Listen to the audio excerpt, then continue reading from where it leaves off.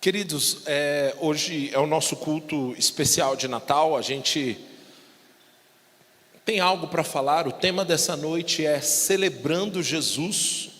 E eu confesso que enquanto eu pensava nessa noite, enquanto eu montava a ministração de hoje, eu fui surpreendido por esse tema. Eu sei, e a gente se esforça para construir uma igreja cristocêntrica, mas, meu irmão, não existe como você exagerar no assunto Jesus. Diga assim: Cristo é tudo para nós.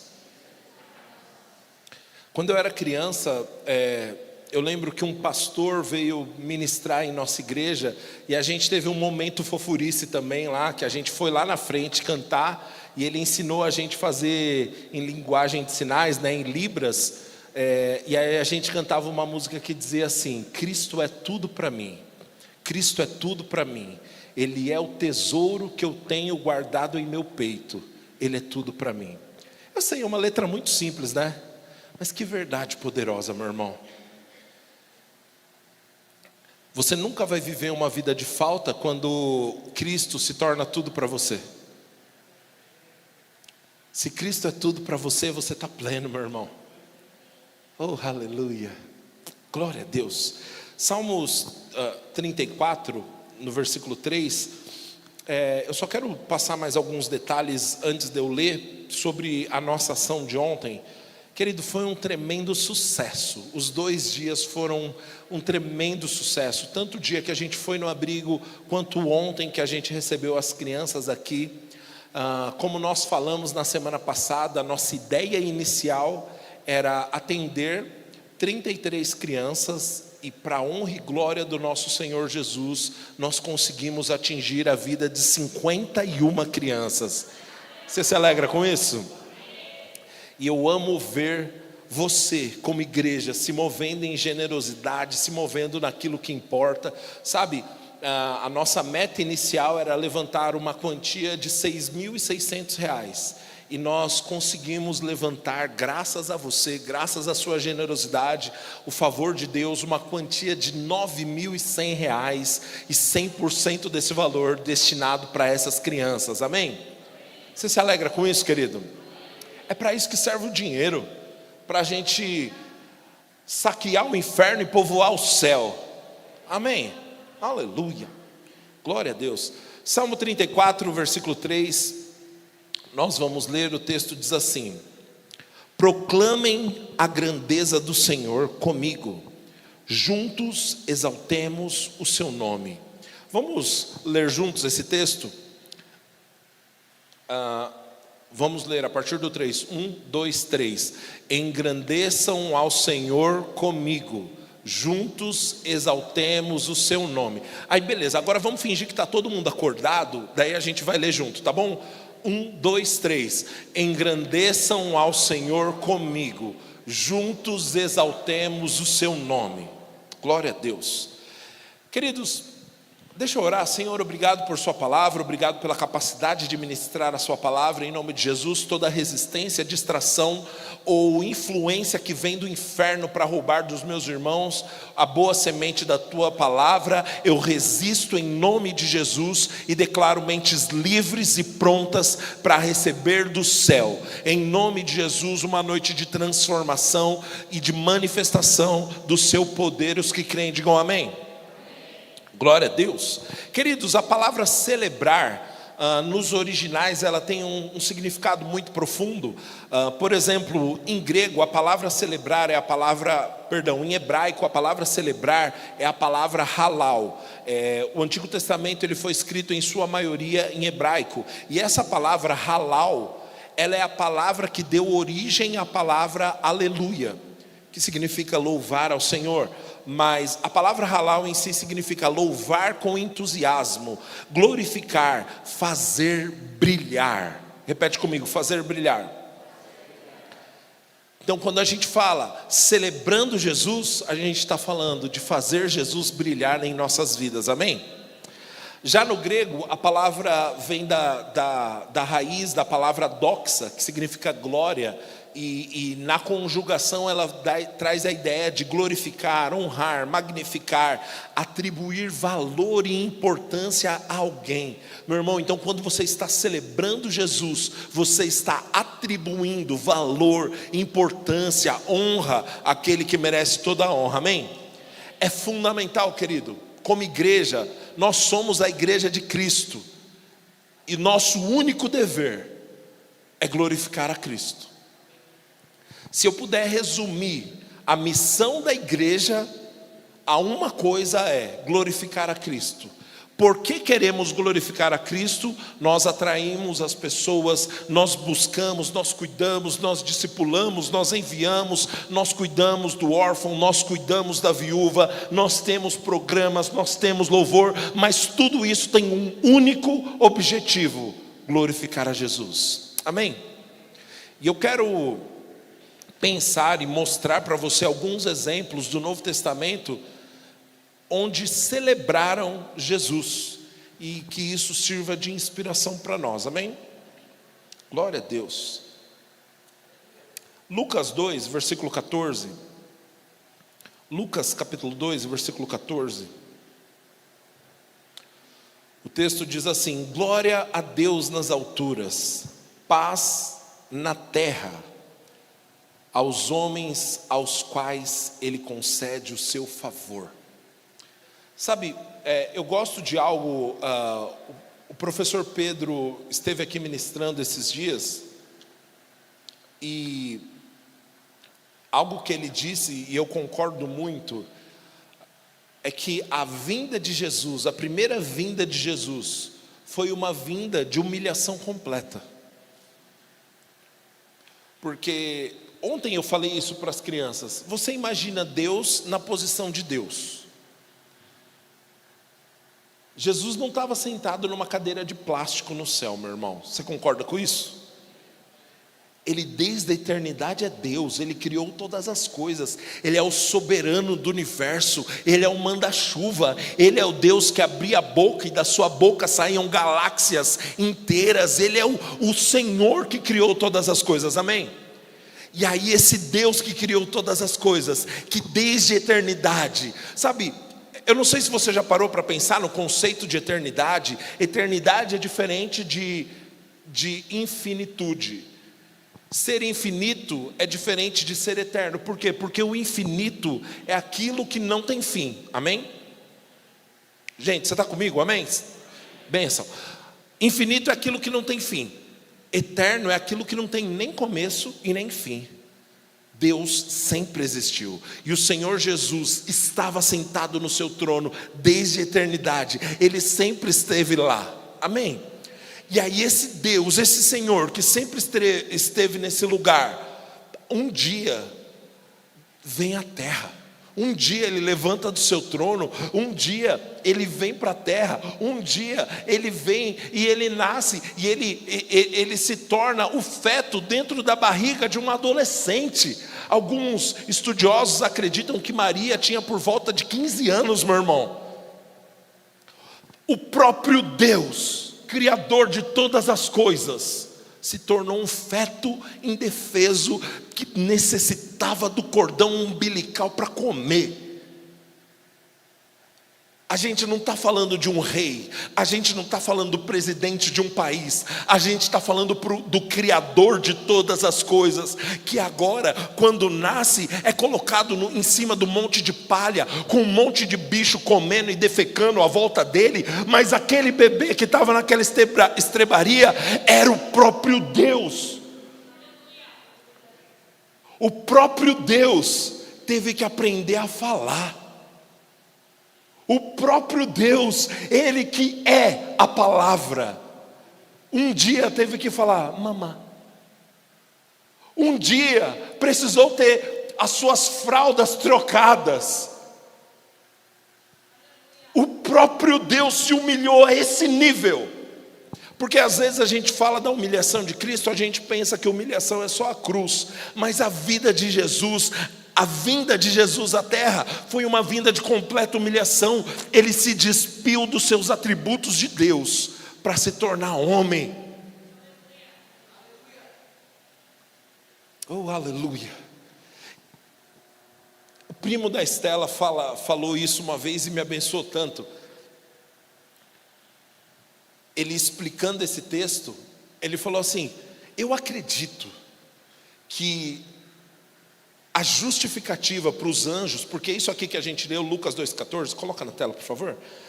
Isso daqui são os anjos no céu cantando. Os pastores no campo estavam lá e eles tiveram uma visão do céu, e os anjos no céu estavam cantando: glória a Deus nas alturas, paz na terra aos quais Ele é Deus, concede o seu favor.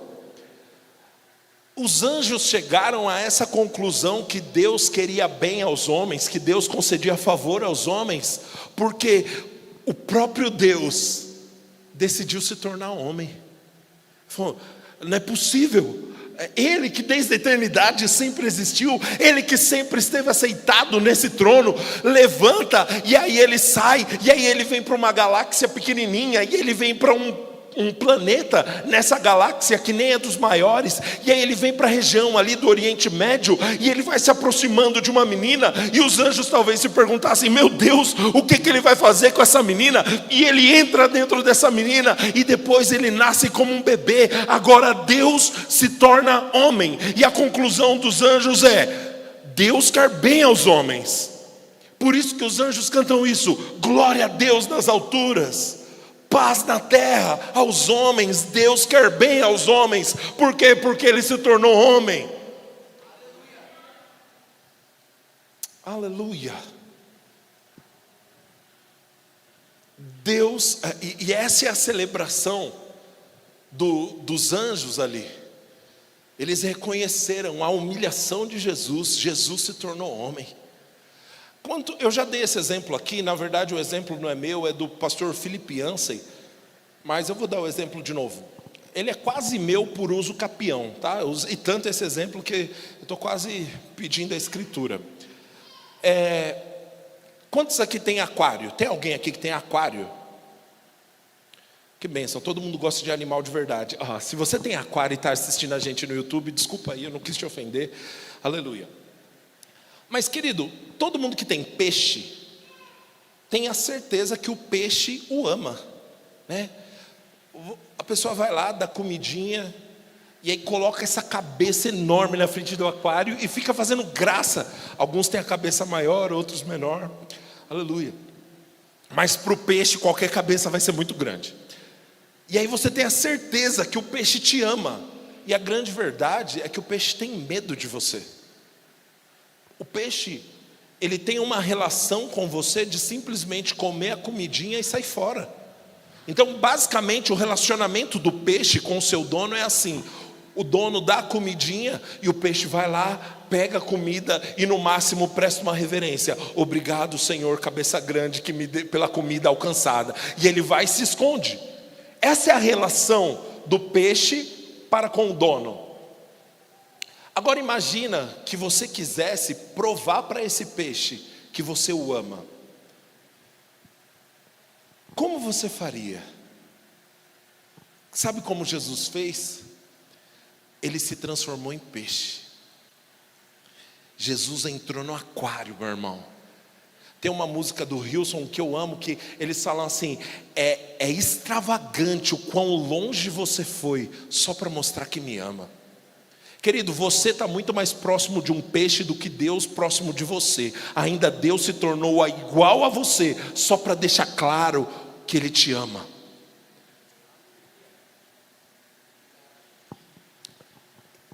Ele veio à terra para se tornar como um de nós, amém? E essa celebração ali, essa visão dos anjos celebrando, destaca essa característica: Deus se torna homem. Glória a Deus. Em Mateus 2, versículo 1, a gente não precisa abrir lá, mas eu quero passar o contexto. Basicamente, existiam magos do Oriente, homens estudiosos que ficavam olhando para as estrelas e aprendendo a partir da observação às estrelas, e esses caras chegaram à conclusão do seguinte: o rei nasceu. Esses caras nem eram judeus, Mas essa convicção de que um rei nasceu foi tão forte para eles, que eles decidiram ir lá honrar esse rei. E às vezes a gente tem a impressão que o camarada estava aqui e ele foi ali sei lá, aqui na Vila Formosa, rapidinho, honrou Jesus e voltou. Meu irmão, foram 800 quilômetros de viagem. De 800 a 2.000 quilômetros de viagem. Então, porque a Bíblia não relata onde eles estavam. Os estudiosos afirmam isso, entre 1.000 e 2.000 quilômetros de viagem. Então, jogando baixo 800 quilômetros de viagem. Pensa para fazer isso a pé. Tem gente que não andou isso na vida, né? E os caras, uma viagem de aproximadamente 2 anos, para honrar um rei que eles nem sabiam quem era. E eles trazem diante de Jesus presentes. Porque diante de um rei você não vai como uma banana. Você dá o seu melhor, amém? Trouxeram para Jesus ouro. Ouro, querido, é uma característica de presente de realeza. O que aqueles sábios estavam fazendo é reconhecer, você é o rei. Só que eles trouxeram, além de ouro, trouxeram incenso. E incenso era algo usado no culto e na adoração a Deus. De alguma maneira, aquele presente estava simbolizando: esse rei não é um rei qualquer, esse rei é Deus. E por fim trouxeram mirra. E mirra era utilizado no embalsamento de quem morreu, de alguma maneira. Eu não sei se aqueles sábios entendiam isso, ou só foram dirigidos pelo Espírito Santo sem saber. Mas de alguma maneira aquele presente estava anunciando: esse rei é Deus e vai morrer. Esse é o nosso Senhor. Celebração é reconhecer o nosso Deus por quem Ele é. Ele é Deus, Ele é Rei, e Ele morreu por mim e por você, amém? Glória a Deus. Eu gosto de algo que C.S. Lewis diz. Ele diz que no processo de ser adorado, Deus libera aos homens aquilo que Ele tem de mais precioso: sua presença. No processo de ser adorado, Deus libera aos homens aquilo que Ele tem de mais precioso: a sua própria presença.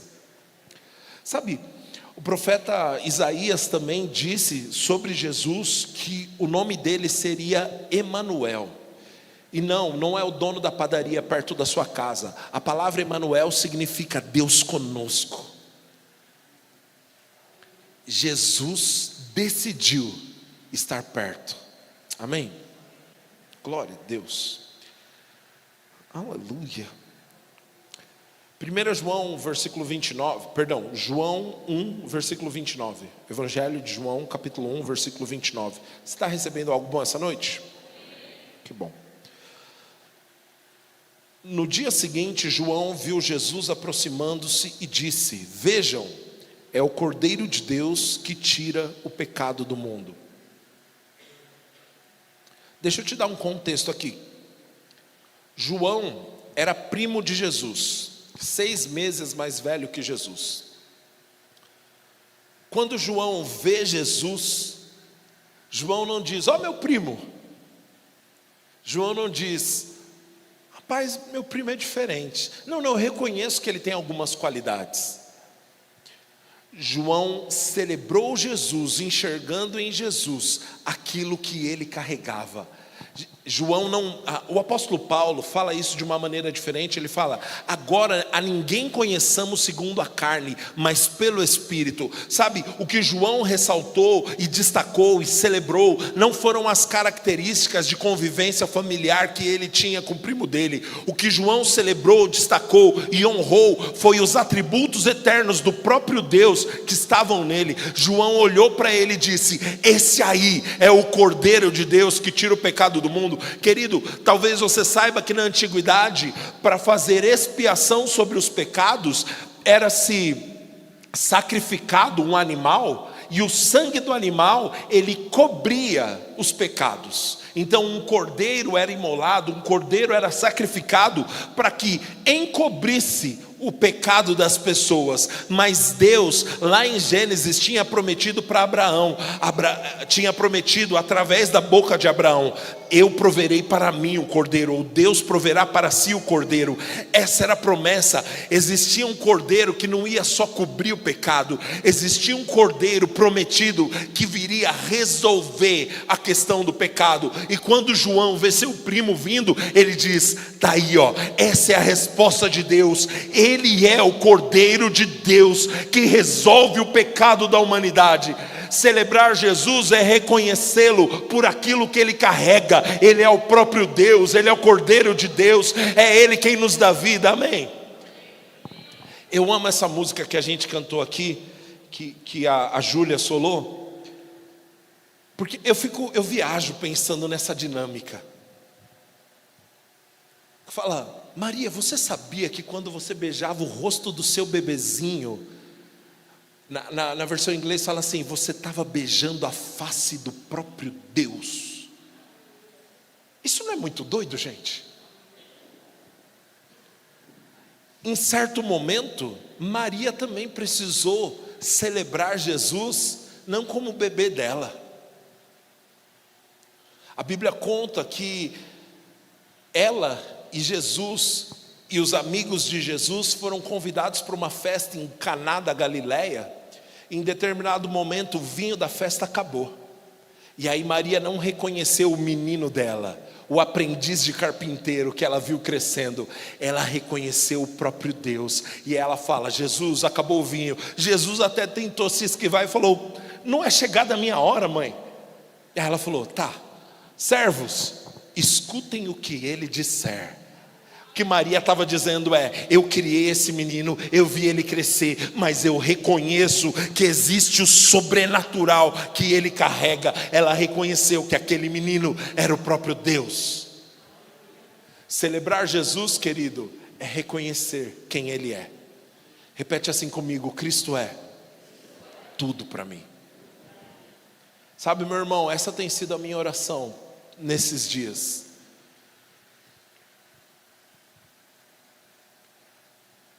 Eu quero que nossa ambição se reduza a um desejo: Jesus. O próprio Jesus disse isso. Ele disse que a vida eterna é esta, que conheçamos a Deus e a Jesus a quem ele enviou. O que é vida eterna? Conhecê-lo e prosseguir em conhecê-lo. Meu maior desejo, querido, para nós como igreja, é que vivamos essa busca de conhecer o Senhor, amém? Glória a Deus. Marcos 10, versículo 28. Depois de uma conversa com o jovem rico, Jesus faz uma afirmação que deixa muita gente assustada, né? Jesus fala o seguinte: é mais fácil passar um camelo pelo buraco de uma agulha do que um rico entrar no céu. E Pedro fala assim: Jesus, então quem pode se salvar? Olha que bênção, né? Às vezes a gente acha que é quase uma militância, um culto à pobreza. Mas, meu irmão, a pergunta de Pedro foi: Jesus, se um rico tem dificuldade para se salvar, está complicado para mim. Aí Jesus dá uma resposta maravilhosa. Ele fala: ao homem é impossível. Então diga: para todo homem é impossível salvar-se a si mesmo. Mas Jesus diz: porém para Deus tudo é possível. E aí Pedro então falou: ah, que bom. E aí Pedro quis contar uma vantagem. Ele diz assim: Jesus, nós deixamos tudo para te seguir. Vamos lá, Marcos 10, 28. Então Pedro começou a dizer: nós deixamos tudo para seguir-te. Sabe, meu irmão, deixa eu só concluir o raciocínio da história então.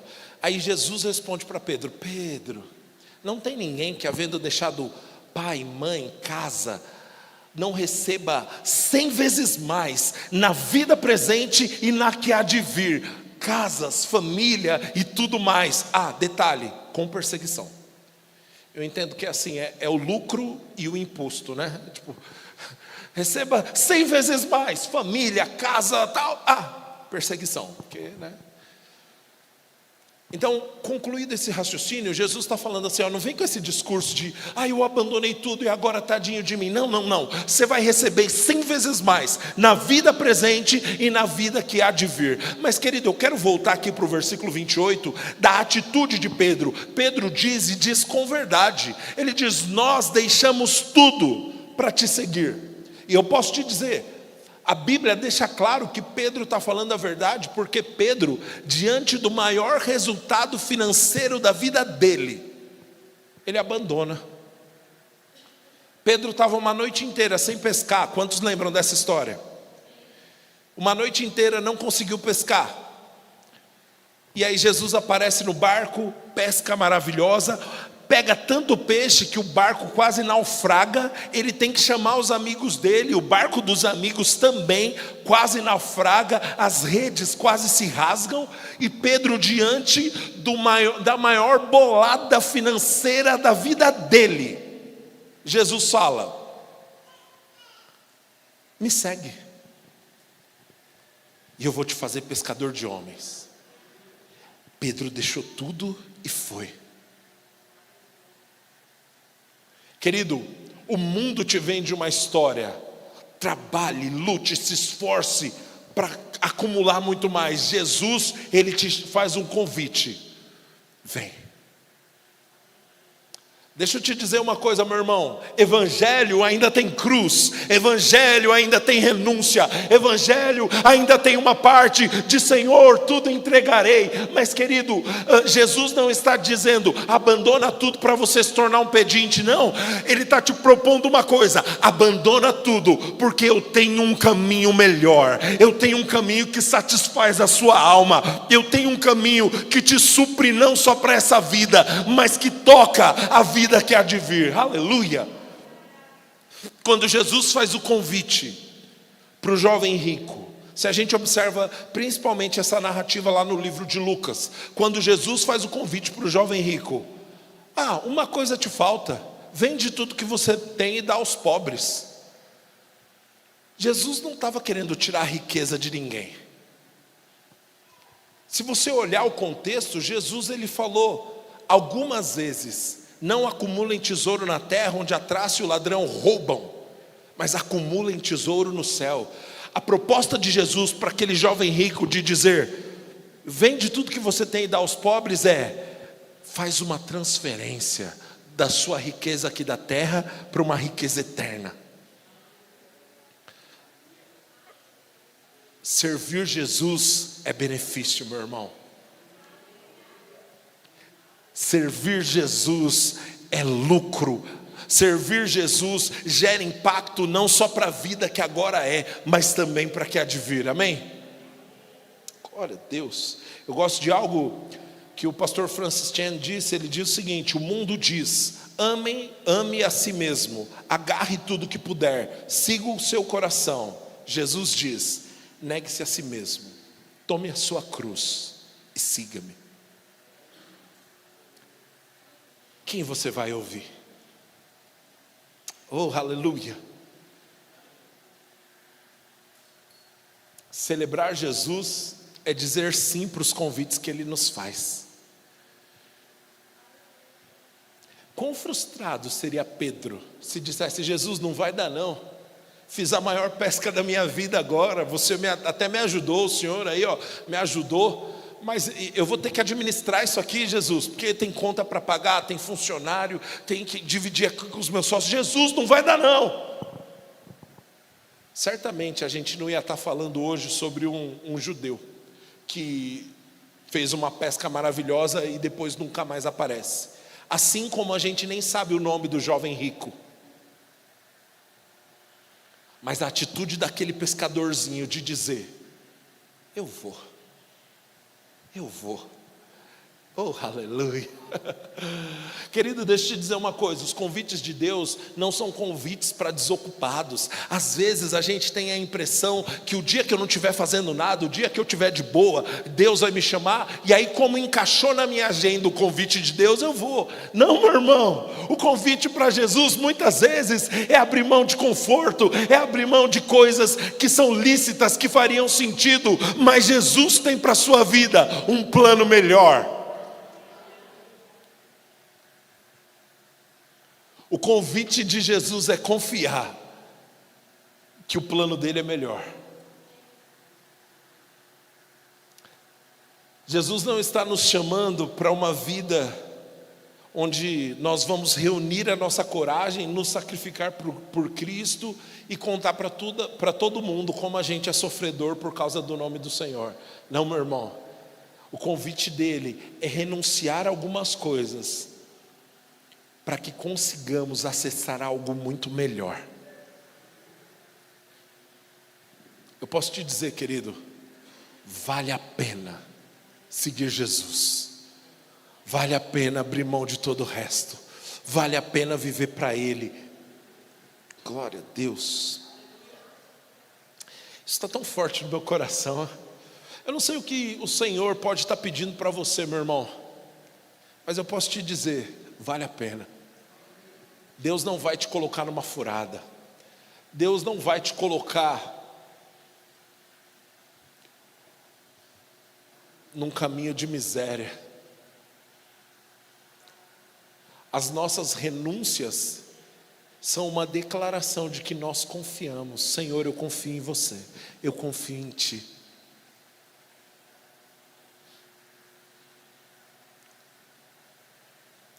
Às vezes o que a gente tem que renunciar não são propriedades, não são lucros, não são empresas, como foi o caso de Pedro. Às vezes a gente tem que renunciar o nosso jeito de ver as coisas que vem nos acompanhando a vida toda. Às vezes as nossas renúncias são de alguns hábitos, às vezes as nossas renúncias são de alguns horários, mas eu posso te dizer, Ele é digno. Vale a pena, meu irmão. Ontem a gente teve um momento de confraternização aqui com o pessoal que serve aqui na igreja, e eu estava conversando, acho que estava o Jefferson, o Renzo, o Adriano, e eu vendo as meninas brincando, né? Tarde da noite, elas aí na igreja brincando, correndo, e gerou no meu coração um saudosismo. Eu falei: meu Deus, que privilégio essas crianças têm. Sabe, querido, eu tive a honra de ser criado na igreja.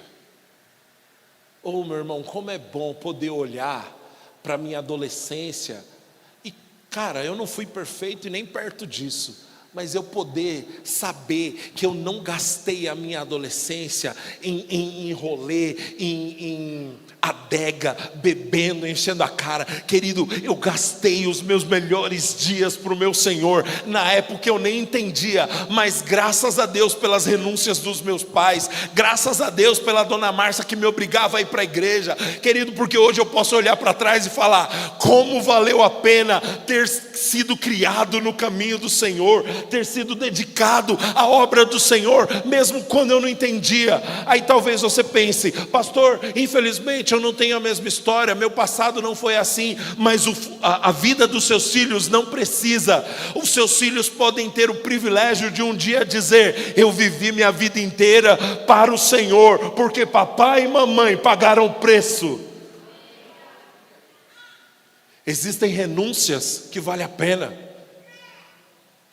Às vezes o convite do Senhor para nós é renunciar ao nosso ego, o nosso orgulho, para se submeter e fazer do jeito de Deus. Aleluia. Isso é celebrar Jesus, renunciar a algumas coisas para o louvor da glória dele, amém? João 4, Nós vamos ler o versículo 28, mas o contexto é basicamente Jesus encontra uma mulher sentada num poço, Jesus pede água e você já conhece a história. Jesus tem uma palavra de conhecimento e diz: mulher, chama o teu marido. Ela fala: não tenho marido. Jesus disse bem, você teve 5 e o que está com você agora nem teu marido é. Jesus, para aquele contexto, querido, isso era uma baita vergonha para a sociedade. E Jesus vai falar justamente com aquela mulher. Alguns estudiosos acreditam que o motivo daquela mulher estar buscando água naquele poço, aquele poço em específico na cidade de Sicar, ele estava do lado de fora da cidade. Agora pense o seguinte: sol de São Paulo, né, o sol que está hoje, o calor que fez hoje. Agora pensa assim, o calor do Nordeste. Agora pensa o calor do Oriente Médio. Deserto para tudo que é lado. Quem em sã consciência vai buscar água do lado de fora da cidade andando para voltar com um balde na cabeça? Provavelmente essa mulher fez isso e no horário que não era comum buscar água, porque ela estava com vergonha. E aí Jesus eu acho lindo que muitas vezes o lugar que o nosso Senhor decide nos encontrar são nos nossos lugares de vergonha. O apóstolo Paulo fala isso: porque quando estou fraco, aí é que sou forte. O poder dele se aperfeiçoa na minha fraqueza. Naquilo que aquela mulher estava querendo esconder, Jesus foi lá e encontrou ela. E aí Jesus começa uma conversa com ela, e nessa conversa, nosso Senhor tem essa palavra de conhecimento e se revela. Ela fala assim: eu sei que quando chegar o Cristo, Ele vai nos dizer todas as coisas. E Jesus fala para aquela mulher: eu sou o Cristo. Aleluia. Aquela mulher que outrora estava com vergonha, olha o que ela faz, versículo 28, João 4, 28. Então, deixando o seu cântaro, a mulher voltou à cidade e fez o que, gente? Repete comigo: disse ao povo. Mas não era a mulher que estava com vergonha?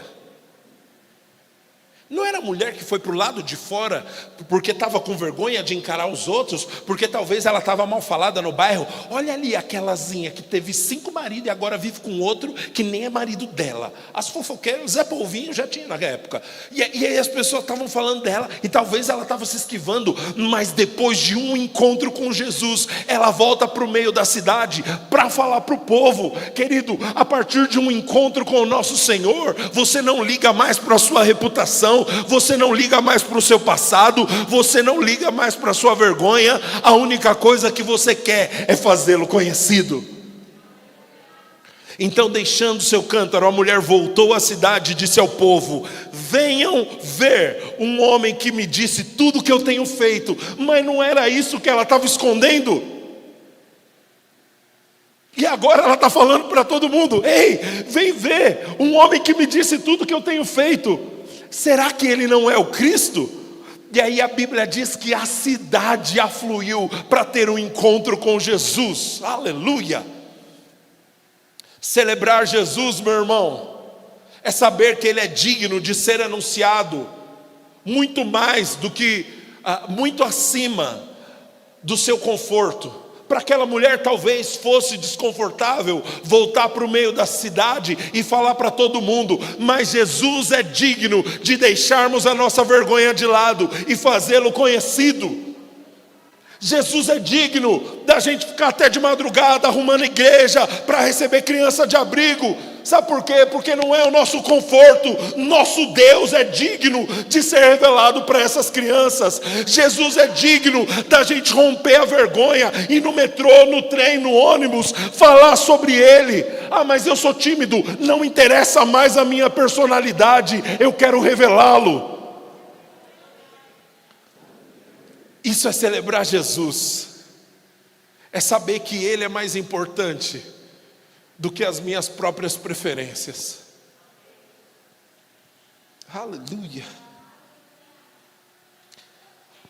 Pastor Tim Keller disse: o segredo para a liberdade dos padrões escravizantes do pecado é a adoração. Você precisa de adoração. Você precisa sentir a grandeza de Deus e ser movido por ela. Pastor, o que isso tem a ver, a história da mulher samaritana, com a adoração? Tudo. Não sei se você lembra da conversa. Jesus, quando tem a revelação que a mulher teve 5 maridos e agora o que ela tem nem é dela, ela fala assim: tá, então, se ela fosse da ZL, ela fala: quero ver se é o bichão mesmo. Ela diz: é aqui que a gente deve adorar ou em Jerusalém? Porque nosso pai adorou aqui e vocês judeus adoram em Jerusalém. Jesus responde para ela: mulher, vem chegando a hora, e de fato já chegou, onde não vai ser nem aqui nem lá. Os verdadeiros adoradores adorarão ao Pai em espírito e em verdade. O que fez aquela mulher se libertar da vergonha dela foi que ela teve um encontro com aquele que é digno de ser adorado. Ela viu Jesus.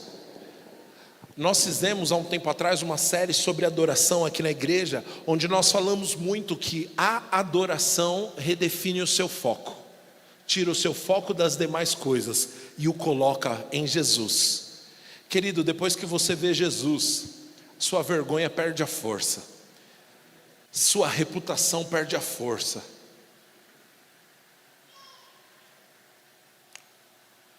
Seu status perde a força. Sabe uma renúncia que a gente tem que fazer, querido, e que é constante na nossa vida cristã? É a renúncia da nossa reputação. Você está pronto para ser considerado como ridículo por causa do nosso Senhor?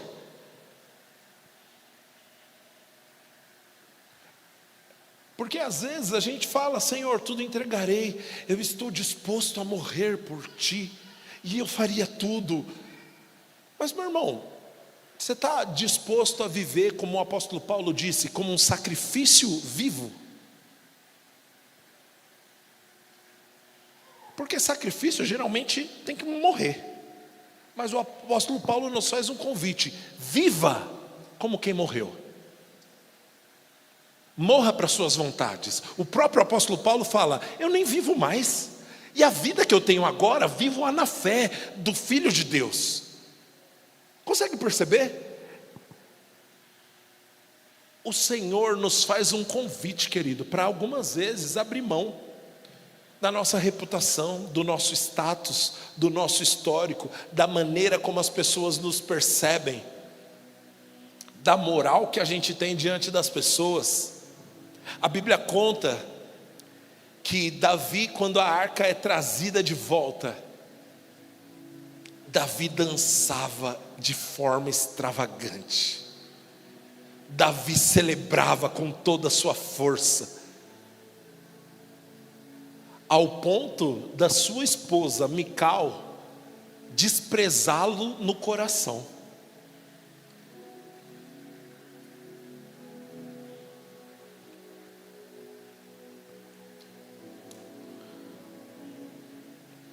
Quando foi que a gente construiu um evangelho tão ajustadinho, tão bonitinho, ao ponto de desejar ser aceito? Quando foi que a gente mudou e agora parece que a gente tem a necessidade de ser aceito? O nosso Senhor, o Deus dessa religião, disse: ó, o mundo me odiou e também vai odiar vocês.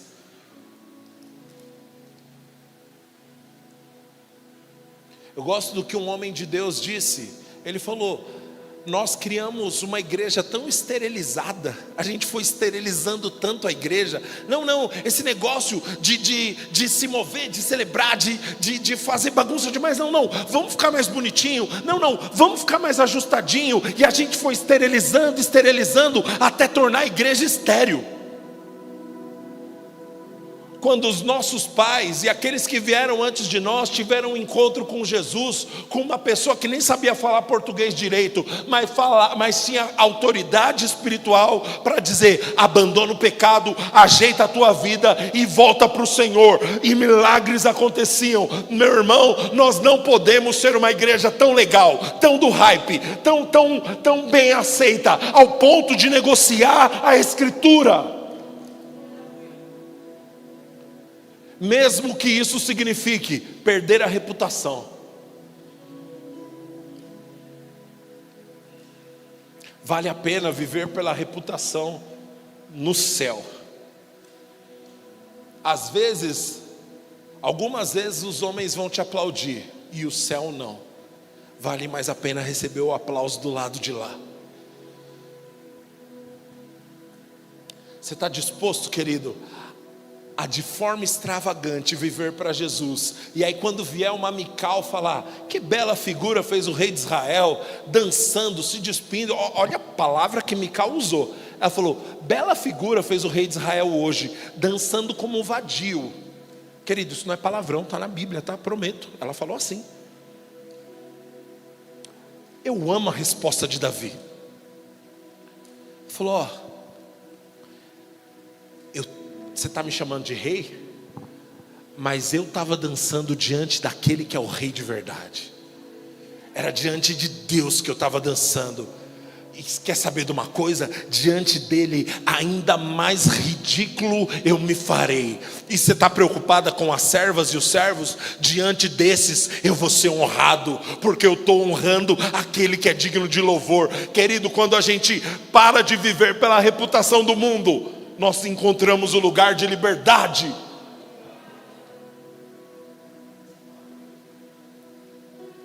Tem pontes que precisam ser quebradas, meu irmão. Senão a gente vai viver essa vida de quase. Eu quase fui um homem de Deus, intenso para Deus. Mas sabe como é? Tinha meus amigos, a galera que anda comigo desde a infância, minha família, não queria que pegasse mal com eles. Ei, sai de cima do muro. Celebrar Jesus é reconhecer: Cristo é tudo para mim, ainda que mais ninguém entenda. Cristo é tudo para mim, ainda que isso não me dê status. Cristo é tudo para mim, e é inegociável.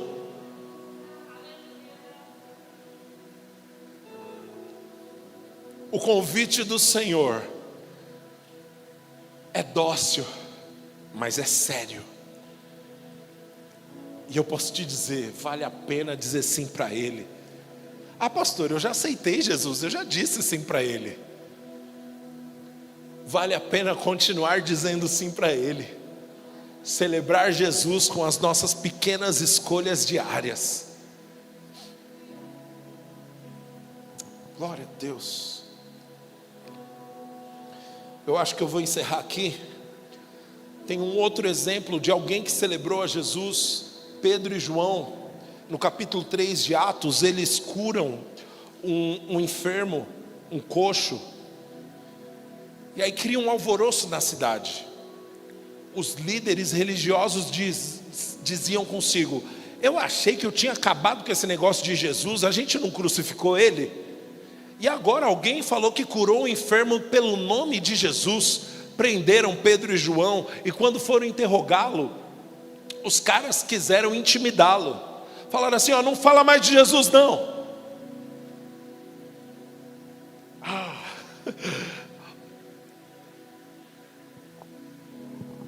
Meu irmão, você tem que entender que o cara que vai falar isso aqui que eu vou ler para você é o mesmo cara que 50 dias antes negou Jesus.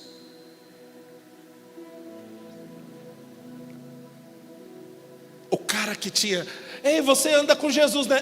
Nem conheço. Não, você é um deles. Não, longe de mim. Aí agora esse cara cura alguém no nome de Jesus, é preso, e quando tentam apertar ele, olha o que ele diz em Atos 4, versículo 19: mas Pedro e João responderam: julguem os senhores mesmos, se é justo aos olhos de Deus obedecer aos senhores e não a Deus. pois não podemos deixar de falar do que temos visto e ouvido. Ah, meu irmão, esse daqui era o cara que 50 dias antes foi o covarde, o cara que negou, o cara que não segurou o rojão. E agora ele chega diante dos caras que prenderam ele, que querem ameaçar eles, e fala assim: bonito, eu vou obedecer vocês e não a Deus? Eu não vou deixar de falar do que eu tenho visto e ouvido. Celebrar Jesus, querido, é enfrentar as ameaças, confiando que o nosso Deus sabe o que está fazendo. Aleluia. Tem no meu coração um exemplo que é muito parecido. No Antigo Testamento, no livro de Daniel, 3 camaradas, Sadraque, Mesaque e Abidnego. O rei fala para eles: ó, se não obedecer, vai para a fornalha. Querido, eles eram um povo que tinham sido levado cativo. Eles não estavam numa posição de igualdade. Eles estavam falando com um rei cruel. E o rei falou: ó, se não obedecer, vai para a fornalha. E o rei responde, os rapazes respondem: rei, eu não tinha nem que estar te prestando conta, tá? Mas nosso Deus vai nos livrar. E se Ele não nos livrar, a gente morre. Oh, meu Deus. Não é à toa que os 3 estavam lá dentro, mas daqui a pouco apareceu um 4º homem. Eu acredito, e segundo palavras do rei, era como ele tinha o aspecto como filho de Deus. Adivinha quem apareceu na fornalha, meu irmão? Oh, aleluia! Jesus apareceu lá para salvá-los. Jesus apareceu lá para livrá-los. A Bíblia diz que a roupa deles não tinha nem cheiro de fumaça. Celebrar Jesus é reconhecer que Ele sabe como cuidar de nós. Eu sinto no meu espírito que tem algumas pessoas aqui sofrendo e sendo tentadas com um senso de preocupação. Senhor, eu tirei meu pé do barco. Senhor, eu comecei a andar pela fé. Senhor, eu obedeci, mas a conta ainda não está batendo. Continua confiando, querido. Ele sabe como cuidar de você.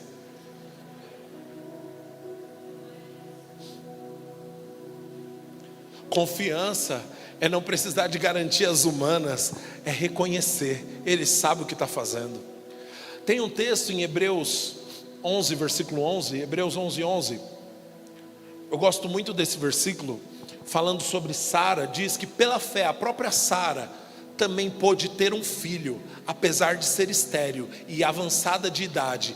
Olha agora, porque considerou fiel aquele que lhe havia feito a promessa. Sara não teve fé para ser mãe por conta do avanço da medicina, por conta das probabilidades. Pelas probabilidades, tudo estava jogando contra, meu irmão. Mas ela teve fé por uma coisa: ela considerou que aquele que fez a promessa é fiel. Deixa eu te dizer uma coisa, querido. Ele é fiel para cumprir. Aleluia. Você acha mesmo que Deus ia deixar você chegar até aqui para te abandonar agora? Celebrar Jesus é dar mais um passo de confiança. E depois, outro, sabendo que Ele sabe cuidar. Hebreus, acho que é 13, versículo 5. É isso. O texto diz: conservem-se livres do amor ao dinheiro, mas contentem-se com o fato. Mas contentem-se com o que vocês têm, porque Deus mesmo disse: nunca te deixarei, jamais te abandonarei. Ele é a garantia que vai dar certo, meu irmão. Em cada um dos convites de Deus, tem a provisão de Deus. Eu ouço o Senhor dizendo: quem convida paga. Querido, quem convida paga. Se Deus te convidou para viver no sobrenatural, Ele garante, meu irmão. Se Ele te convidou para tirar o pezinho do barco e andar sobre as águas, Ele garante, meu irmão. Se Ele fez o convite, Ele é o sustento, Ele é a provisão, é Ele que te mantém de pé. Aleluia. Sua parte é continuar caminhando, olhando para Ele. Essa é a maneira de celebrar Jesus, vivendo pela fé nele.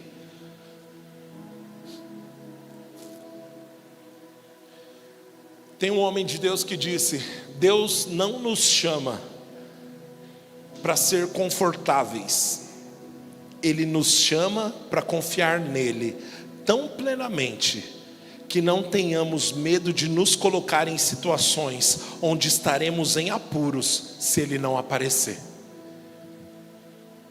Esse é o estilo de vida que Deus tem proposto para nós.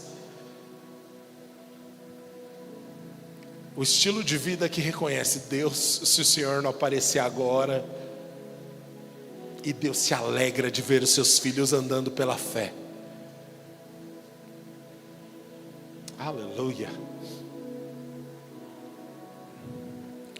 Isso é celebrar Jesus, querido, o autor e consumador da nossa fé.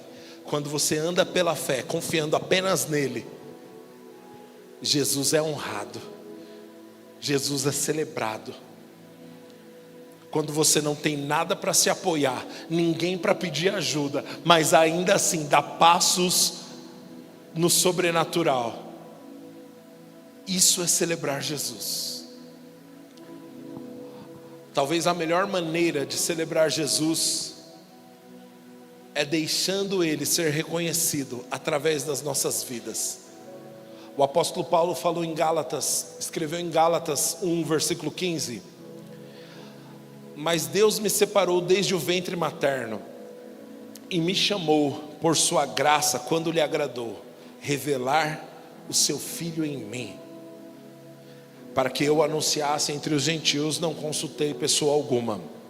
Eu gosto da maneira como esse texto é construído, porque sim, nós podemos ler revelar seu Filho em mim, mas uma aplicação possível por causa da gramática grega é revelar o seu Filho através de mim.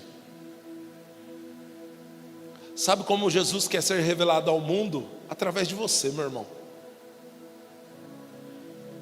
Jesus decidiu se mostrar ao mundo através de você. Quando você anda em obediência, anda no sobrenatural, anda pela fé, você está mostrando ao mundo quem é o nosso Senhor. Amém? Querido, o desejo do meu coração é que, como igreja, nós aprendamos a amar mais a Jesus. A gente tem só mais um culto esse ano, e esse é meu maior desejo para 2026, é ter mais sede dele, é ter mais fome dele.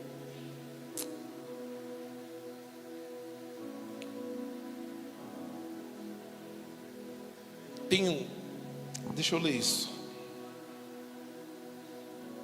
O pastor John Piper disse: Cristo é glorificado em você quando Ele é mais precioso para você do que tudo o que a vida pode dar ou o que a morte pode tirar.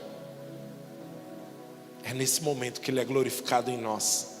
Agora tem um outro autor que eu gosto muito que disse assim: ó Deus, provei a tua bondade, e ela, ao mesmo tempo que me satisfez, me deixou mais sedento por ti. Quero te querer, anseio ser preenchido de anseio, e tenho sede de ter mais sede ainda. Querido, que esse seja o clamor do nosso coração. Senhor, eu tenho fome de ti, mas eu estou insatisfeito com o nível de fome que eu tenho de ti. eu preciso te querer mais.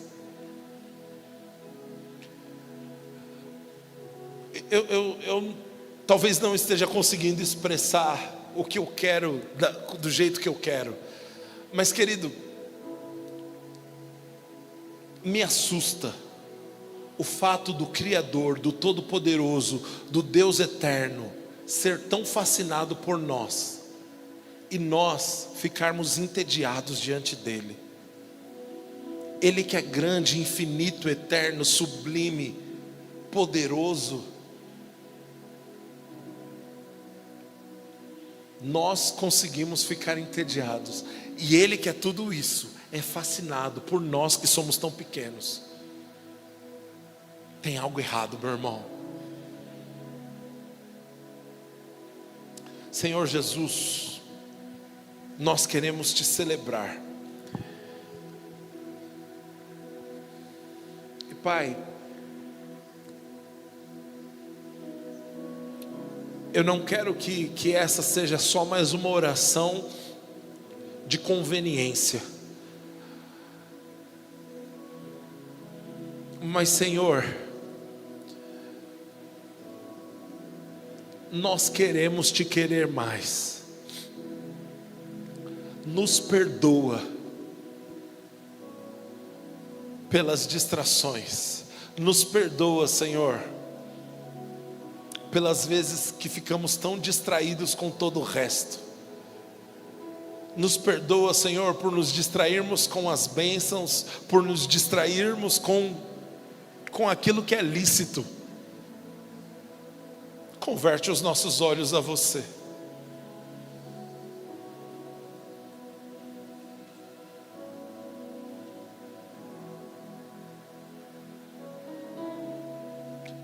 Nós queremos te contemplar, Senhor.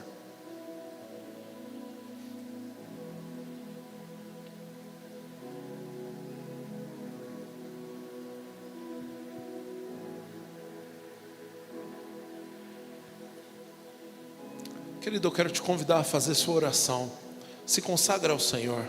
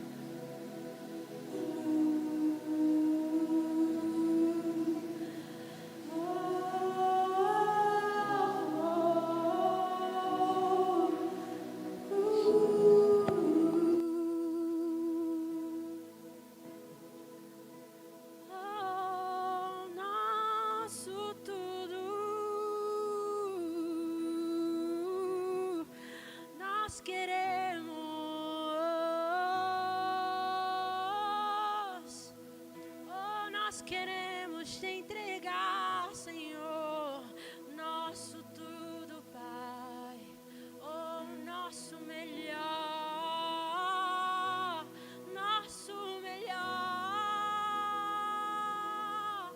oh, não apenas canções,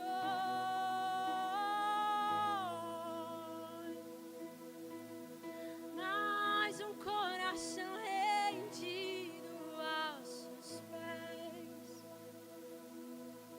nós possamos entender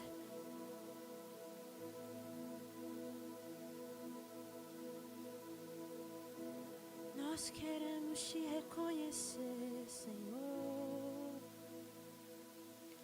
Nós queremos te reconhecer, Senhor. Nós queremos te reconhecer, Senhor. Nós não queremos que você passe, Senhor. Nós não vejamos, que nós não vejamos.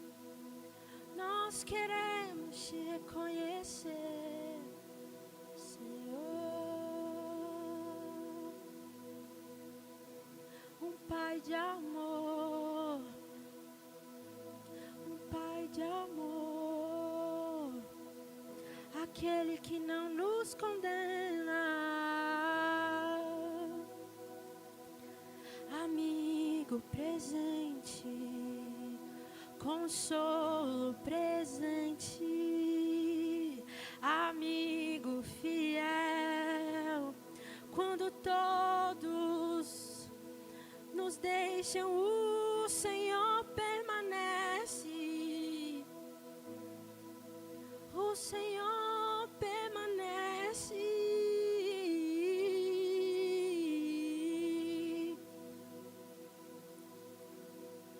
Nós queremos te reconhecer. Aleluia. A Bíblia diz: reconhece o Senhor e Ele endireitará as suas veredas. A resposta que você está buscando, meu irmão, é reconhecê-lo. Se você conseguir reconhecer Jesus em cada área da sua vida, as áreas onde você o reconhece, Ele endireita o caminho. Em nome de Jesus, Pai, eu oro como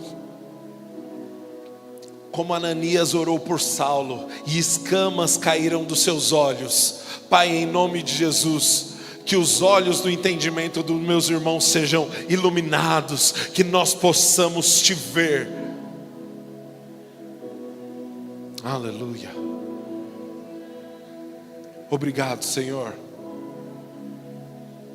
Obrigado, Jesus.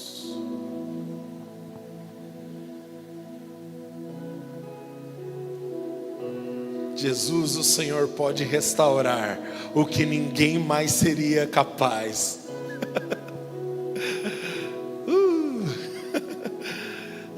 Nós te reconhecemos na nossa família, nós te reconhecemos, Senhor, endireita os caminhos. Nós te reconhecemos, Senhor, na nossa profissão, te reconhecemos, Senhor, endireita os caminhos. Obrigado, Jesus, pela restauração que só está disponível quando nós te enxergamos.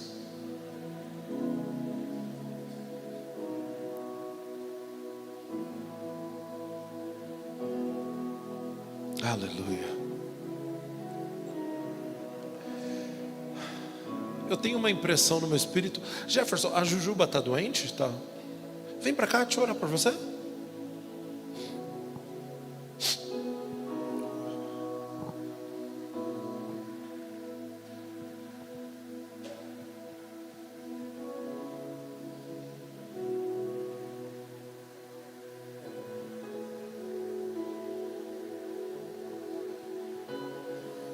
Pai, em nome de Jesus, em nome de Jesus, obrigado, Senhor, porque está disponível para nós cura física também. Em nome de Jesus, cura completa sobre a minha irmã. Sintomas desapareçam, ela completamente restaurada. Em nome de Jesus.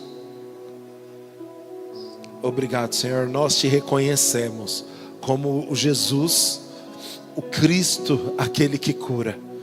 Obrigado, Senhor. Ela completamente restaurada, em nome de Jesus. Amém.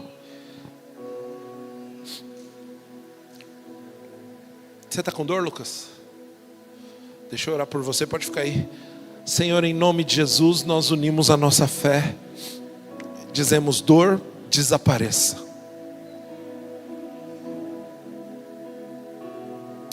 Obrigado, Senhor, pelo alívio que vem do Senhor.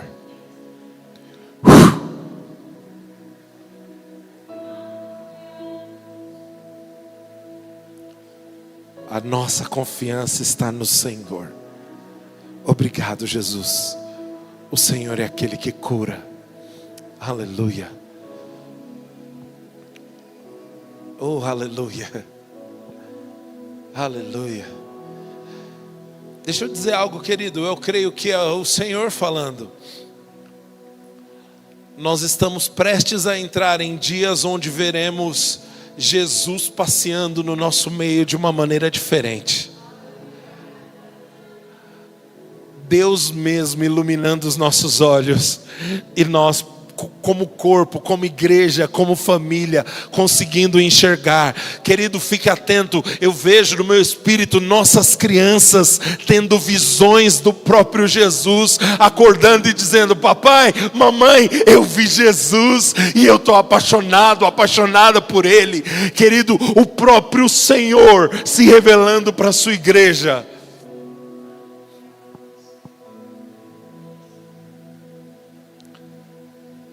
Obrigado, Senhor, por nos ensinar.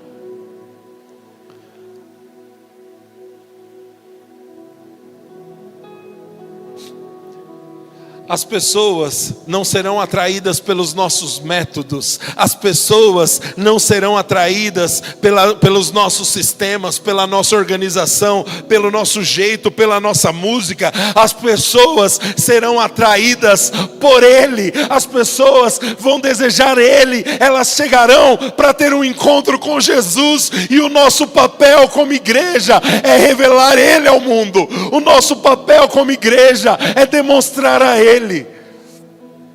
Jesus é apaixonante. E como está escrito em Isaías 60, eles virão e verão. Povos de toda a terra.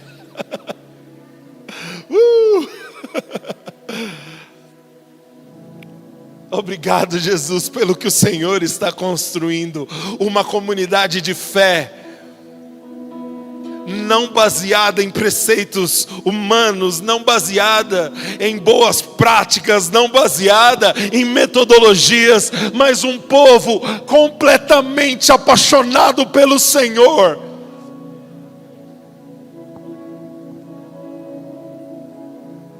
O Senhor é tudo para nós.